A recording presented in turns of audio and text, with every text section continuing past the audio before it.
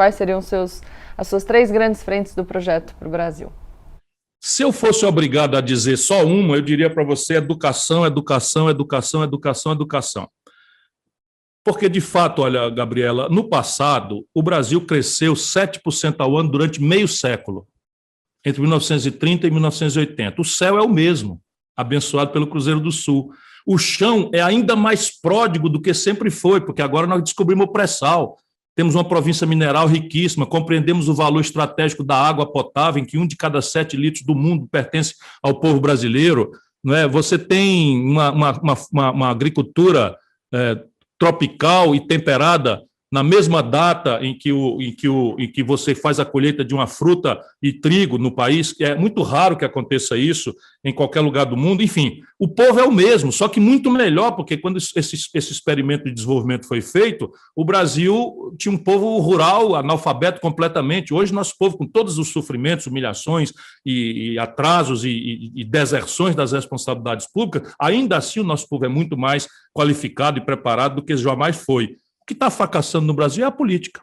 3 questões hoje. A educação, preparatória para a ciência e tecnologia e para a inovação. Em segundo lugar, a questão da reindustrialização do país. O Brasil não vai aguentar muito tempo mais fazendo o que está fazendo, aceitando uma especialização produtiva que nos transformou num grande buraco da mineração internacional, petróleo inclusive, e uma grande fazenda para fornecer proteínas sem trabalhar, sem elaboração, sem agregação de valor, que também não dá para pagar o modo moderno nosso de vida. Já mencionei eletroeletrônica, informática, comunicações, meios de diagnóstico médico, química fina, bens de capital, tudo enquanto essa conta ela não fecha, e isso explica. Então, a segunda grande tarefa é reindustrializar o Brasil. Deixa eu lhe dizer, em 1980, o Brasil tinha 35% da sua riqueza tirada da indústria, que paga os melhores salários, recolhe o maior volume de impostos, de onde vem o dinheiro para pagar saúde, educação, que agrega valor na exportação, portanto, equilibra o comércio exterior na dependência que o Brasil tem de coisas mais sofisticadas ou basicamente tecnológicas. Enfim, pois bem, hoje é 9%, Gabriela. Destruíram a indústria brasileira, e isso é o seguinte, com retórica de direita, de esquerda, de centro, praticando o mesmo modelo. Por isso que a gente tem que vacinar o nosso povo de empulhações. É o mesmo rigoroso modelo que está em vigor no Brasil, o mesmo rigoroso modelo, e os operadores são os mesmos. Sabe, troca aí o Chico, o Manel, a Maria, para ficar aqui em coisas bastante concretas, troca Fernando Henrique por Lula, Dilma, Michel Temer e tal. O ministro da Fazenda, o formulador da política econômica do Fernando Henrique era o Armínio Fraga. O formulador da política econômica do Lula era o Meirelles. O Meirelles é o símbolo máximo. O Meirelles era o formulador da política econômica do Lula, foi ministro da Fazenda do Michel Temer e é secretário da Fazenda do Dória. Espera aí um pouquinho. Eles botam o povo para brigar, não é? A confusão danada, radicalizada, ódio, e para fazer a mesma coisa. O que o lulopetismo fez, num primeiro momento, foi tentar humanizar o caminho, como a esquerda europeia fez. Mas isso não é praticável. Percebe? O modelo, hoje, por exemplo, quando eu lhe falei que o Brasil cresceu 7% ao ano durante meio século, entre 80 e 2010, o Brasil caiu para 2,5% de crescimento ao ano. E aí começa a agudizar a crise. Só que agora chegamos ao fundo do poço. Entre 2010 e 2020, na pandemia já, o Brasil parou de crescer 10 anos. É a pior taxa de desenvolvimento dos últimos 120 anos. E veja, essa década teve 6 anos de PT, 2 de Bolsonaro e 2 de Michel Temer. 3, teoricamente, regimes distintos, praticando a mesma desastrada modelagem econômica. Então a gente tem educação, reindustrialização. Quer falar um terceiro ou fica só nesses 2? Veja, tecnologia, porque tecnologia é a chave. A economia sabe o que vai acontecer? Daqui a pouco chega o 5G. O 5G, sabe o que é? Acaba o período de latência, aquela coisa entre você mandar o pulso da internet e o retorno acontecer. Isso significa dizer que sem o tempo de latência caindo a infinitésimos de segundo, a infinitesimal fração de segundo, todas as práticas produtivas repetidas serão substituídas por máquinas e algoritmos. Num país que simplesmente não fez a reforma agrária do século XIX, num país que não fez a estrutura industrialização do século XX. E agora estamos desafiados para entender isso. Sabe o que é na prática? É o seguinte, não haverá mais motorista de ônibus. o diagnóstico médico será crescentemente substituído por uma máquina holista em que você entra nela, ela escaneia você como um todo, ela estará conectada pela internet das coisas com um grande centro de formatação de diagnósticos, ou por algoritmo, ou por meia dúzia de especialistas na Universidade de Harvard, nos Estados Unidos, que enviará praticamente em tempo real o diagnóstico. A enfermeira continuará sendo necessária, mas o médico leitor de diagnóstico vai sumir. Então, veja, quem é que está pensando nisso no país? Portanto, colocar a questão da revolução no mundo do trabalho, que vai sumir o trabalho tal como o conhecemos desde a Revolução Industrial. E quem vai fazer isso se não a política? É o mercado que vai discutir isso? Ora, o mercado está atrás de minimizar custos, o que é anormal. O mercado vai substituir as pessoas por máquinas mesmo. Em todo canto, as empresas de ônibus estão querendo trocar o trocador pela catraca eletrônica. Em todo canto, as pessoas estão trocando o call center, uma pessoa que conversa com você, por essas inteligências artificiais desagradabilíssimas. Sabe, vai entrar nas minhas decisões de consumo quem mantiver call center humano capaz de responder coisas que a gente pergunta e não, senhora, o seu não sei o quê, não sei o quê. Tá. Nós vamos estar notificando, francamente, isso é um desastre para a humanidade e para um país de 210 milhões de habitantes, o nome disso é genocídio. Porque as pessoas estarão numa conta de muitos milhões de pessoas sem renda.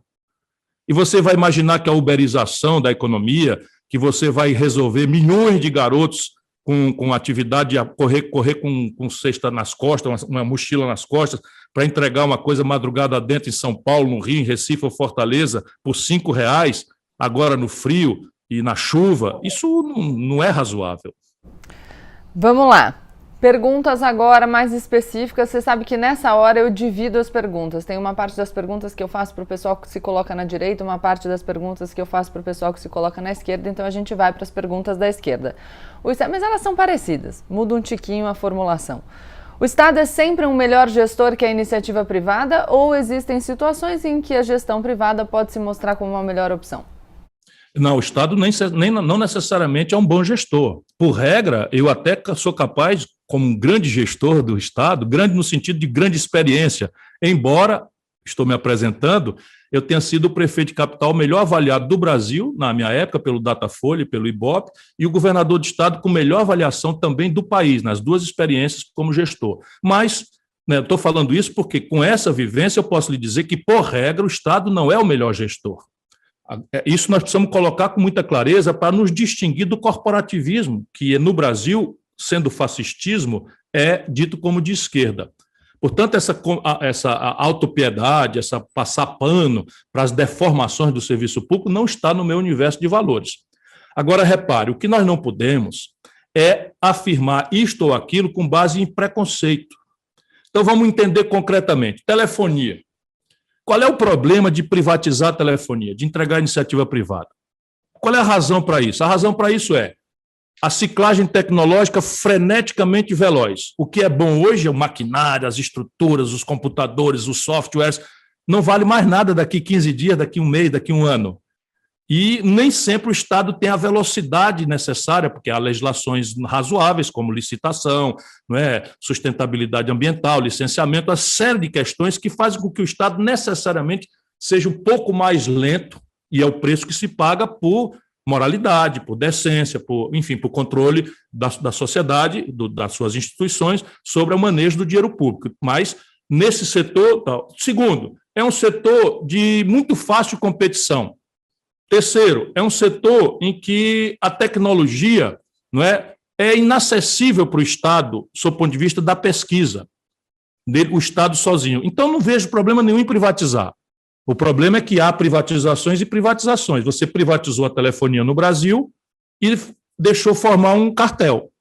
Resultado prático, é privatizado, melhorou muito a oferta do serviço, mas o brasileiro não sabe, paga hoje a maior tarifa de telefonia do planeta Terra. E ainda tem uma tarifa indexada a dólar. Ou seja, está subindo todo dia a tarifa de telefone, porque o dólar sobe todo dia. E por que está acontecendo? Porque não tem competição. Ou seja, você privatizou, não tinha nenhum problema em privatizar, mas a regulação é falha, é precária, permitiu o oligopólio, e o oligopólio é o quê? Elimina a concorrência e oferece serviços precários com preços crescentemente altos impunemente. Portanto, aqui o problema não é privatizar ou gestão, a gestão é ruim. O campeão brasileiro de reclamações nos PROCONs e DECONs do Brasil são as companhias telefônicas. Depois, as companhias elétricas. Então, distribuição de energia elétrica, não há problema nenhum em privatizar. A distribuição não há problema nenhum em privatizar para nós que temos a compreensão do socialismo democrático ou da social-democracia, porque há muitas vantagens, não é? Porém, de novo, não tem concorrência, portanto, a regulação tem que ser diferente. Privatizaram, a matriz energética mais limpa e barata do mundo é a brasileira. Nós já terminamos o ciclo de amortização dos investimentos das grandes hidrelétricas e a energia devia estar barateando. É a energia elétrica mais cara do mundo. Por quê? Porque não tem concorrência, o marco regulatório é frágil e as agências reguladoras foram corrompidas. Então, aí é a defeituação. Agora, petróleo. No mundo do petróleo, Gabriela, não existe opção. Ou o país mantém estrategicamente o petróleo sob controle estatal, ou ele se entrega ao cartel de Sete Irmãs, que são um cartel de forte concentração no mundo rico, basicamente Inglaterra e Estados Unidos, que têm ingerência política instantânea, apesar de serem companhias privadas, mas operam em sintonia com seus relativos governos, estrategicamente, geopoliticamente e até sob o ponto de vista bélico. No caso do Brasil, por que razão nós iríamos privatizar como eles estão fazendo? Nenhuma razão há. E o caminho da privatização, o povo brasileiro já está experimentando. Qual é? Ao invés de eu cobrar do povo brasileiro o petróleo, os derivados, gasolina, querosene de aviação, gás de cozinha, pelo custo da produção em real, mais um lucro razoável que um plano de gestão publicamente anunciado pudesse fazer, eu estou cobrando pelo preço de oportunidade do petróleo, se eu vendesse em Roterdã, especulativamente, ou do preço da gasolina que eu importo dos Estados Unidos em dólar. Resultado, pela primeira vez, a gasolina estoura de R$6 e o botijão de gás está chegando em R$100 na casa da dona de casa brasileira. Concretamente, essa é a tragédia de um país que não tem estratégia. E aí eu concluo. Como é que a gente define, portanto, quem faz o quê? É debatendo um projeto nacional de desenvolvimento. É a minha obsessão.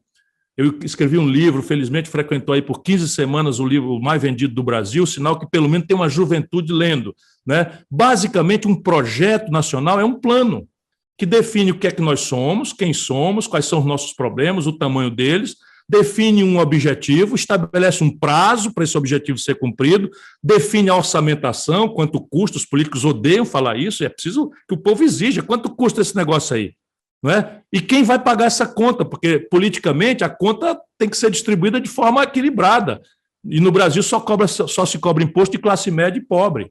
Você, se for decentemente remunerada, paga 27,5% de imposto de renda na fonte no Brasil. E quem ganha lucros e dividendos empresariais não paga nem um centavo. Os bancos brasileiros, nesse trimestre agora, no trimestre de pandemia, os bancos distribuíram 19 bilhões com B de bola de lucros e dividendos para pouquíssimos acionistas minoritários ou majoritários ou famílias, e essas pessoas não pagaram um centavo de imposto. Só o Brasil e a Estônia não cobram. Eu cobrei quando fui ministro da Fazenda. E para vocês verem como é tudo igual, o Fernando Henrique revogou, o Lula manteve revogado, a Dilma manteve revogado, o Michel Temer manteve revogado, o Bolsonaro manteve revogado. É aí que está o buzile. Se eu quero oferecer educação para o povo, eu tenho que dizer quanto custa para eu melhorar salário, capacitar os professores, melhorar a estrutura física, não é? Sabe, fazer a jornada dobrar, isso significa grana. E para isso eu tenho que dizer quanta grana é e dizer de onde vem o dinheiro. Pois bem, um plano vai definir também pela lei do menor esforço, quem faz o quê melhor no prazo que eu me determinei. E aí você aclara de forma lúcida qual é o papel do Estado, qual é o papel do capital nacional, cuja contabilidade é em real, que a gente imprime, e qual é o papel do capital estrangeiro, cuja contabilidade é em dólar, que a gente não imprime. E isso está interditado no Brasil por absoluta transgressão ideológica.